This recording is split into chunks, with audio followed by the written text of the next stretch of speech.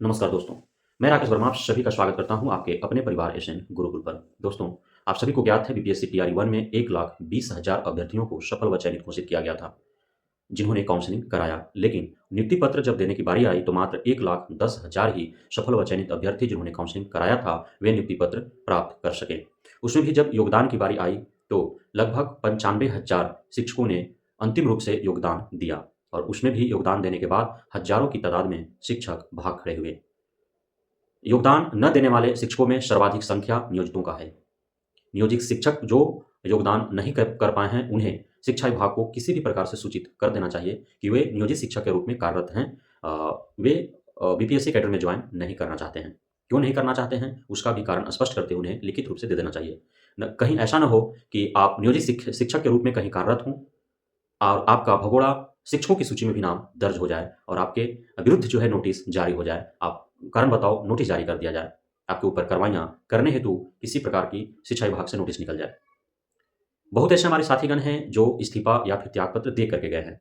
तो जो भी जिलावार भगोड़ा शिक्षकों की सूची जारी हो रहा है, जो भी जिला उन्हें अलाउड हुआ था, वो किसी भी प्रकार वो पता कर लें कि कहीं उनका भी नाम भगोड़ा सूची में तो दर्ज नहीं हो गया है, क्योंकि उन्होंने तो त्यागपत्र या इस्तीफा दे करके गया था, शिक्षा विभाग को सूचित कर गया था।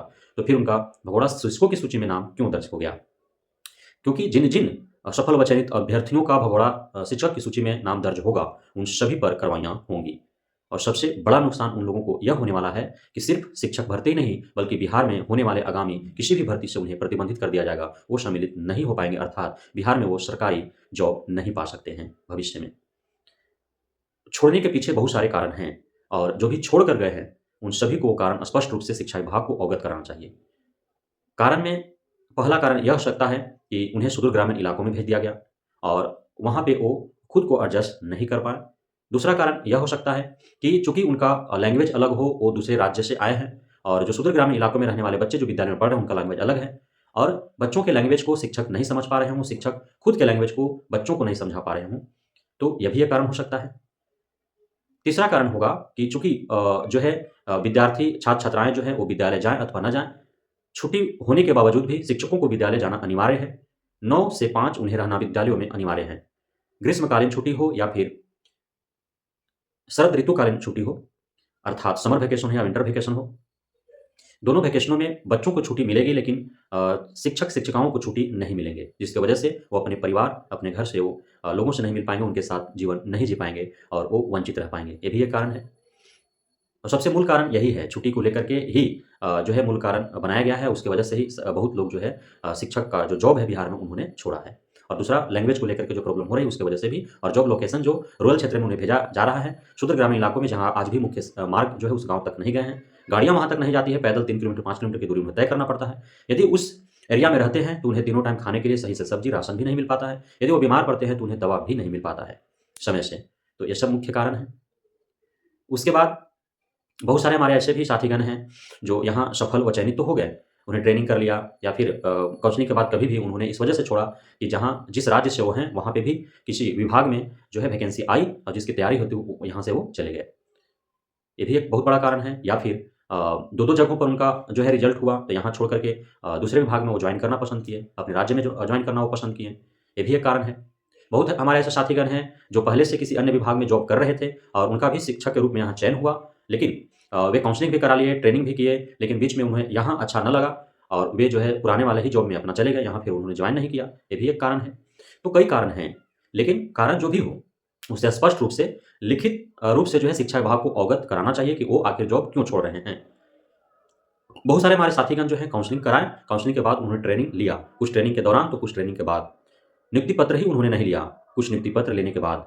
कुछ योगदान पत्र ले लिए, योगदान भी कर लिए।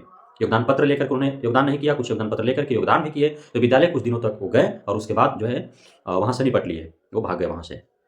तो चाहे आप बीच में काउंसलिंग कराने के बाद आप कभी भी यदि भागे हैं, तो आप भगोड़ा शिक्षक हैं और भगोड़ा शिक्षक की सूची में आपका नाम दर्ज हो गया है। अब आपके लिए 2 दिनों का अंतिम अवसर है, शिक्षा विभाग ने अल्टीमेटम जारी कर दिया है। यदि इन 2 दिनों के अंदर आप ज्वाइन नहीं करेंगे, तो अंततः वास्तविक रूप में भगोड़ा शिक्षक आपको मान करके भगोड़ा शिक्षकों की सूची में आपका नाम दर्ज है ही, उसे यूँ ही बरकरार रखते हुए आप पे कानूनी कार्रवाइयाँ होंगी। कानूनी कार्रवाई होने के पीछे का सबसे बड़ा 2 कारण है। पहला यह कि यदि आपको बिहार में शिक्षक बन करके नौकरी नहीं करना था, तो फिर आपने दूसरे ज़रूरतमंद जो बेरोज़गार, जो शिक्षक अभ्यर्थी, जो योग्य भी हैं, सही भी हैं और उनके पेट पर आपने क्यों लात मारा? आप यदि परीक्षा नहीं देते, तो हो सकता था कि आपकी जगह पर उनका हो जाता। दूसरा कि आपने आपके इस पूरे भर्ती प्रक्रिया और ट्रेनिंग पर हज़ारों करोड़ रुपए शिक्षा विभाग, बिहार सरकार का खर्च हुआ। बीपीएससी आयोग का समय बर्बाद हुआ, शिक्षा विभाग का समय बर्बाद हुआ। तो इसको लेकर के ये 2 महत्वपूर्ण कारणों की वजह से आप पे कानूनी कार्रवाइयाँ होंगी। साथ ही शिक्षक भर्ती के साथ-साथ आगामी सभी भर्तियों से आपको प्रतिबंधित कर दिया जाएगा। आप बिहार में अब सरकारी जॉब नहीं पा सकते हैं, सरकारी नौकरी आपको नहीं मिल पाएगा। तो इन परिणाम भुगतने के लिए आप तैयार रहें, अन्यथा 2 दिनों के अंदर या तो आप ज्वाइन करें या लिखित आप अपना इस्तीफा या त्यागपत्र सौंपें कि किन कारणों की वजह से आप जो है जॉब छोड़ रहे हैं। कारण भी अवगत कराएँ शिक्षा विभाग को, ताकि यदि शिक्षा विभाग और बिहार सरकार की गलतियों की वजह से या उनके द्वारा उठाए गए सख्त कदमों की वजह से आपने नौकरी छोड़ा है, तो उसमें सुधार वो कर सके और जो शिक्षक हैं या फिर आप पुनः ज्वाइन करना चाहते हैं, तो आपको उन सख्त भरे दिशा निर्देशों से आपको निजात मिल सके। बहुत-बहुत धन्यवाद आप सभी साथियों का हमारे साथ जुड़े रहने के लिए, बने रहने के लिए, हमें इतना प्यार देने के लिए, हम पे भरोसा बनाए रखने के लिए। जय हिंद।